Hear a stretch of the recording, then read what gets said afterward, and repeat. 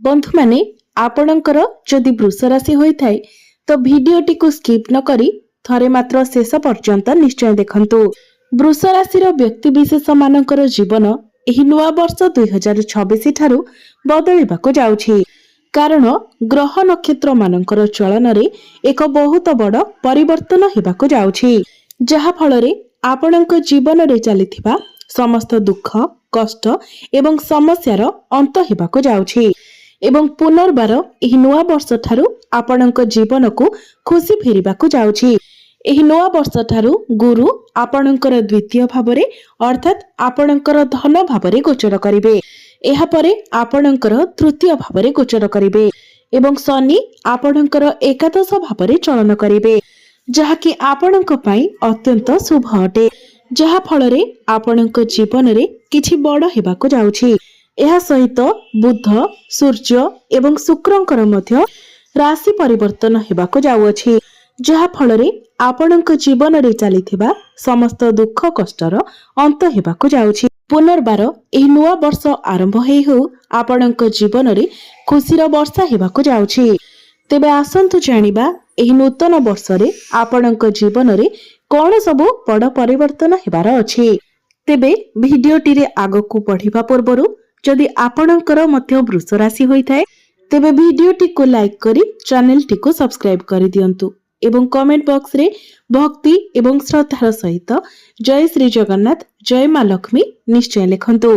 तो बंधु माने पूर्वरु आपणकर जन्म बृहस्पति थिबा कारणरु एवं शनि आपणकर दशम भावरे थिबा कारणरु आपणकर स्वास्थ्य खराब रहुथिला, आपणको अधिक परिश्रम करबाको पडुथिला, परिश्रम अनुसायी आपणको फल प्राप्ति होई पारु नथिला, आपणकर धन जनित समस्या देखा देउथिला, आपण ऋण नैथिले किंतु ऋण सुझिबाको आपण सक्षम होई पारु नथिले, ऋण करजर भार आपणको उपरे बढ़ी जाइथिला, घर परिवार रे खुशीर वातावरण नथिला, शिक्षा क्षेत्र रे समस्या देखा देउथिला, आपणकर अननेसेसरी खर्च हेउथिला, समाज रे आपणकर मान सम्मान नथिला, पारिवारिक कलह लागि रहुथिला, योग्यता थिबा सत्वे मध्य आपणको चाकरी प्राप्ति होई पारु नथिला, संतान संततिक पई आपण चिंतित रहुथिले, आपणकर व्यापार वाणिज्य रे लॉस हेउथिला, प्रेम जीवन रे मध्य समस्या देखा देउथिला। तेबे एभली जहा भी समस्या आपणक जीवन रे चालुथिला ताहा एबे दूर हेबाको जाउअछि। एही नुआ वर्ष ठारू आपणक जीवन रे पुणी थरे खुशी फेरिबाको जाउछि, आपणक जीवन रे नूतन सूर्योदय हेबाको जाउछि। बंधु माने एही नुआ वर्ष ठारू गुरु आपणकर अर्थात धन भाव को आसुछंती, द्वितीय भावटी होइथाय आपणकर धनर भाव, कुटुंब एवं परिवारर भाव। तो एही समय आपणक पाखको विभिन्न दिगरु धनर आगमन हेबा, धन अर्जन करिबा पई नुआ नुआ रास्ता आपणको मिलिजिबा, आपणक पाखको एते धन आसीबो जे आपण स्वप्न रे सुधा कल्पना करि पारि नथिबे। पूर्वरु जदि आपणकर गृह एवं परिवार रे किछि कलह लागि रहुथिला, किछि मन मनांतर चलिथिला, से सब दूर होइजिबा, पारिवारिक सुख आपणको प्राप्ति हेबा। एहा सहित आपणको गृह को कोनोसी नूतन अतिथि मध्य आसी पारंती। एहार अर्थ हेउछि जेउ दंपति माने दीर्घ दिन धरि संतानर आशा रखिथिले सेमानंको संतान सुख प्राप्ति हेबा।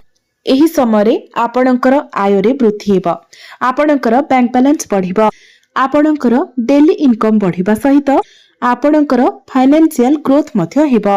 एही समय आपणकर बाणी रे मधुरता आसीबा, आपण आपणकर बाणी द्वारा लोकमानंको आकर्षित करि पारिबे, किछि टंका मध्य इनकम करि पारिबे। गुरु एठारे रही आपणकर षष्ठ भाव अष्टम भाव एवं दशम भाव को दृष्टि देउछंती। षष्ठ भाव को देखिबार अर्थ हेउछि जे व्यक्ति विशेष माने पूर्वरु ऋण नैथिले किंतु ऋण सुझिबाको समर्थ होई पारु नथिले, ऋण करजर माया जाल रे फसी रहिथिले, तो एही नुआ वर्ष ठारू आपणको समस्त ऋण करजर मुक्ति मिलिजिबा, समस्त शत्रु मानक ठारू मध्य आपणको मुक्ति मिलिबा। एही नुआ वर्ष ठारू जदि आपण किछि कंपटीशन ने भाग नेउछंती, क्रीडा क्षेत्र रे भाग नउछंती किंबा किछि कॉम्पिटिटिव एग्जाम देउछंती, सरकारी स्तर रे किछि परीक्षा देउछंती, तेबे सेथिरे आपण निश्चित भाବରେ उत्तीर्ण हेबे।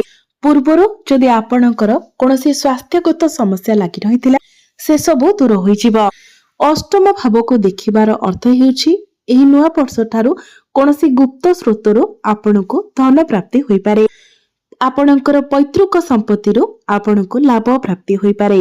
आपण कोनोसी गुप्त विद्या अध्ययन करि पारंती। आपण गुप्तरे रही किछि धन उपार्जन करि पारंती। जो माने रिसर्च क्षेत्र रे अछंती, साइंटिस्ट अछंती, सेमानक पई समय अत्यंत शुभ रहिबो। एहा सहित गुरुंकर दृष्टि आपणकर कैरियर भाव उपरकु रहुछि। एहा पूर्वरु राहु मध्य आपणकर कैरियर भावरे अछंती। तो एहा पूर्वरु आपणकर कैरियर रे आपणकर कर्म क्षेत्र रे किछि ना किछि परिवर्तन निश्चित भावरे घटिथिबो। जदि किछि घटि नाही तो खूब शीघ्र आपणकर कैरियर रे एक बड़ परिवर्तन हेबाको जाउछि। आपण निजे देखिबे हुए तो आपणकर कैरियर रे ट्रांसफर होई पारे। कोनोसी एमएनसी कंपनी रु आपणको जॉब ऑफर आसी पारे किंबा आपणकर आकस्मिक भावरे प्रमोशन पदोन्नति होई पारे। सबुठारो बड़ कथा हेउछि जे जोमानक निकटरे चाकरी नाही, आपण अनेक दिन धरी चाकरी पाइबाकू चेष्टा करुथिले, चाकरीर अपेक्षा थिले, तो एही नूतन वर्ष ठारू आपणकू नूतन कर्म प्राप्ति हेबार जोग बनुछि। उपर ऑफिसरंकर सपोर्ट आपणकू प्राप्ति हेबा। कर्म क्षेत्र रे आपणकर दायित्व बढ़िबा। आपणक पाखकू नुआ नुआ काम आसीबा। आपण आपणकर काम कार्य को नै विदेश यात्रा मध्य करि पारंती। राहु आपणकर दशम भावरे थिबा कारणरू आपण अधिक परिश्रम करबाको पसंद करिवे नाही। स्मार्ट वे रे समस्त कार्य को करबाको आपण चेष्टा करिवे। समाज रे आपणको मान सम्मान पद प्रतिष्ठा प्राप्ति हेबा। आपणकर लोकप्रियता बढ़िबा। एहा व्यतीत शनि आपणकर एकादश भावरे विराजमान अछंती, जे कि आपणकर भाग्य भाव एवं कैरियर भावर अधिपति अटंती। तो एही नुआ वर्ष ठारू भाग्य आपणकर साथ देबा आरंभ करिबा। आपण जो भी कार्य रे हाथ देबे सेथिरे आपणको सफलता प्राप्ति हेबा। अटकी रहितिबा प्रत्येक कार्य आपणकर पुनर्बार चालू हेबाको लागिबा। आपण किछि धार्मिक स्थान को यात्रा करि पारंती, कोनोसी दूर स्थान को यात्रा करि पारंती। आपणकर गृह रे किछि शुभ मांगलिक कार्यर आयोजन मध्य होई पारे। एही समय आपण किछि जमी, भूमि, प्रॉपर्टी, नूतन जानवाहन इत्यादि किनि पारंती। पितांकर साहाय्य सहयोग आपणको प्राप्ति हेबा। शनि एकादश भावरे थिबा कारणरू बड़ भाई भौणी मानकर सपोर्ट आपणको प्राप्ति हेबा। आपणकर संपर्क बहुत भल रहिबा। अनेक दिगरु आपणको धन प्राप्ति हेबा, कारण एकादश भावटी लाभर भाव होई थाए। तो आपणको लाभ ही लाभ प्राप्ति हेबा। शनि एठारे बसी आपणकर पंचम भाव को दृष्टि देउछंती। आपणकर पंचम भावर अधिपति हेउछंती बुध, जे कि वर्ष आरंभरू आपणको शुभ फल प्रदान करिवे। जो माने प्रेम जीवन रे अछंती सेमानंकु अनेक गुडी शुभ फल प्राप्ति हेबा। एही वर्ष आपणकर भल पाइबा विवाहर रूप मध्य नै पारे। विशेष करी जून मास परे जो मानकर विवाह बयस होई जायतिले मध्य विवाह होई पारु नथिला, तो जून मास परे आपणकर विवाह होई पार बहुत अधिक संभावना रहुछि।